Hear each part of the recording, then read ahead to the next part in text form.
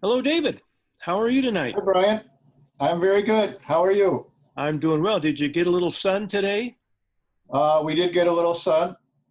I'm not very good with the sun, so I tried to avoid it, but it was a beautiful day here in Milwaukee, Wisconsin. Well, for our listening audience, I'll point out that you and Marianne were down at the Democratic National Convention, or what is masquerading as the Democratic National Convention this year. It certainly isn't the kind of national convention that we've expected in the past. But first, I want to congratulate you. We have successfully gotten our names on the Wisconsin ballot, and you and Marianne are the ones that are largely responsible for that. Well, thank Um, you. We're very happy to have done that. my impression is that the two of you were out almost every single day during the Right. month or so of window that we had to collect the signatures, and you just were just out there every single day talking, knocking on doors and talking to people. And you did recruit some other help along the way, uh, but you set the pace and you recruited the team and you were out there every day showing them how to do it. So congratulations, that's quite an accomplishment. Well, thanks very much, Brian. And we certainly very much support your candidacy, and we're very happy to do it for the party, and we're very excited to be on the ballot. And it coincides with the Democratic Convention being here in Wisconsin, so we decided to do some more activity regarding that. So you were down there today. What did you see?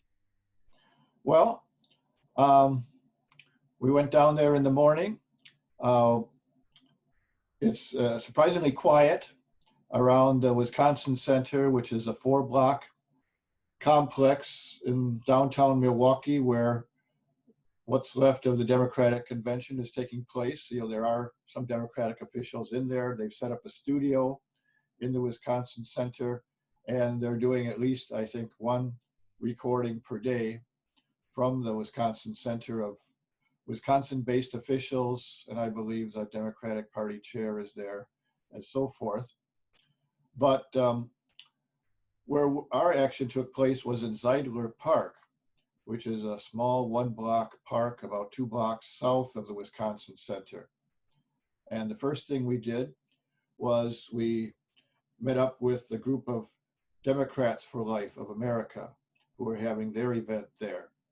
And of course, these are the pro-life Democrats who want to bring the Democratic Party back to a pro-life position and make changes in their platform and so forth to be pro-life.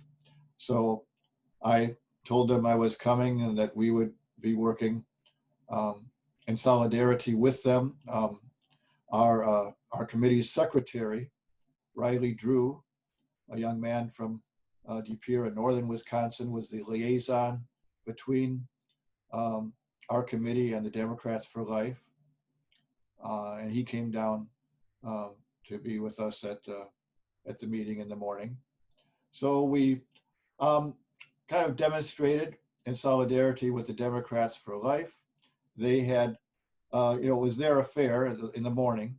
They had a number of speeches, and then they kind of segued into their Democratic Life caucus, and we just held up our Carol Patel American Solidarity Party signs to be kind of part of the scene and the backdrop. And as I told the members of those groups, that we were in solidarity with them for the pro-life cause, but that we were also, of course, representing our own party and our own candidates there. And after we stood behind them for quite some time, at least half an hour, 45 minutes or so, going through various speakers that they had, they began to gradually kind of crowd us out and have post people with their signs in front of our signs. And then let me interrupt and ask how many all people right. they had. How many people do you think they had? Well, it wasn't a large group. They had maybe between 15 and 20. I caught just the last bit of it. I missed Dan Lipinski's speech, and Uh-huh. I did see Katrina Jackson's speech. She's always good. Um, but it was hard because their camera was focused just on the lectern, and there was no way to know how many people were milling about. Um, so then what happened? Well, yeah, they posted as many people as they could behind the lectern to be on the camera to try to, show how many people were out there. But eventually, Kristen Day, who's the national head of the Mm-hmm. Democrats for Life, kind of took us aside and said, well, now we're transitioning into Democratic Party business. And she said she did not want members from a different party there. So she was very polite. And I said I understood her position that we had been there to demonstrate solidarity with the pro-life cause. And she said she appreciated that. But I said I understood that now that they were on to Democratic Party business, that it was not our place to be there anymore. So we withdrew ourselves and waited for our turn later in the afternoon. Well, that was good. We have a lot of friends there, Yeah, um, and they were very nice people. yeah, I have had only good experiences with them. So then later you had your own rally. Right, right. At 3:30, and I just found out about this a couple days ago, that they were allowing speakers in Zeidler Park, the same place where the Democrats for Life had their rally, at that same podium there. And you could just sign up and give a speech. They allowed 15 minutes, the only one speech per person. So they had spots for, the other 3 days of the convention, but I was not allowed to sign up for more than just today. So I signed up for the first available spot at 3:30. So we had lunch and talked with people and so forth. Um, I might mention that we were also interviewed by a number of news outlets there. Milwaukee Magazine, we talked to a reporter from him for a while. That's a kind of business or a magazine that promotes Milwaukee businesses, entertainment especially, and also a site called wizpolitics.com, a website on Wisconsin politics. And I gave quite extensive interviews to both of them. We also had our pictures taken by a number of photographers who were there, including one who identified himself as being from Getty Pictures, of course, with our signs and so forth. What kind of mood did you pick up from just passerbys? Well, uh, overall friendly. There were surprisingly few people there. In the morning, there were a number in the park, but mostly the Democrats for Life.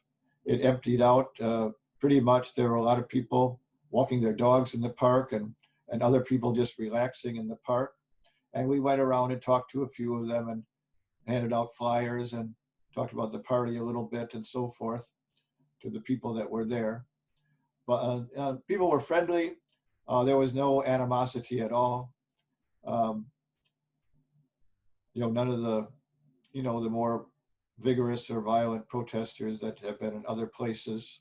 And there is a protest scheduled later in the week of a group that wants the Democrats to be even more left, evidently, than they are. This person was interviewed on the radio link that I posted on the site a while ago. If I can jump back to what you were doing last summer, you and Marianne and a couple others had tables at county fairs, at least two county fairs that I remember. Right. But that's not going to be possible this year, is it? Are they even having county fairs? No, I do not think so. Yeah, I think they've all been canceled. Yeah, I was the one really who sat in for all 5 days of each of those fairs from Wednesday through Sunday. And I had various people come to sit with me at various times. Some of the people Mm-hmm. from Illinois, Amar Patel, Bonnie Callis, and Tai Chi Kuo came up to join me. And several other people from around Wisconsin, Chuck Adams, Fergus McKiernan, maybe one or two other people from Wisconsin joined me at various times. So there were the Ozaukee County Fair in my home county, and Kenosha County Fair, which was down near the Illinois border. So the Illinois people could come up for I that. had kind of thought that, that's what I would be doing this summer. I would be hitting some county fairs in Wisconsin and hitting some county fairs in Illinois and Indiana and, other places. And boy, have things changed. Yeah. I noticed even today, watching the Democrats for Life, it's really hard to give a speech when you're wearing a mask.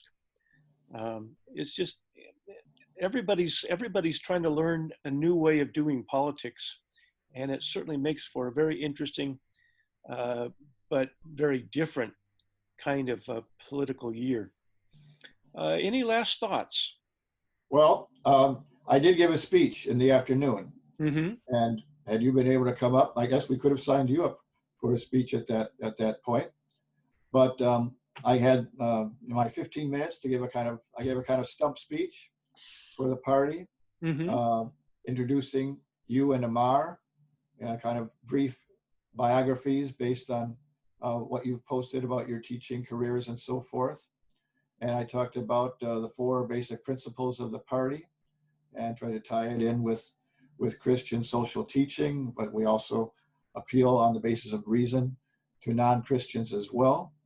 I explained the symbolism of the pelican, of the self-sacrificial symbolism of the pelican as our animal symbol for the American Solidarity Party. And I just called on people to join the party and so forth. We have it recorded. My wife's phone is kind of downloading it at this time. We will, I think, she did an excellent job of holding the camera steady, and I think I did an okay job in reading my speech. So I think it'll be a nice piece for the party, but it's we can't post it yet. It's still kind of downloading from her phone. So, Well, but as soon as I want to we get congratulate it you downloaded, again. we'll post it. Yeah, I want to congratulate you again. I'll look forward to hearing the speech and watching that. And congratulations for getting us on the ballot there. And you've had a long day. I think you enjoy a good night's sleep. So thank you very much, and we'll talk to you later. Thanks, Brian. Best to you.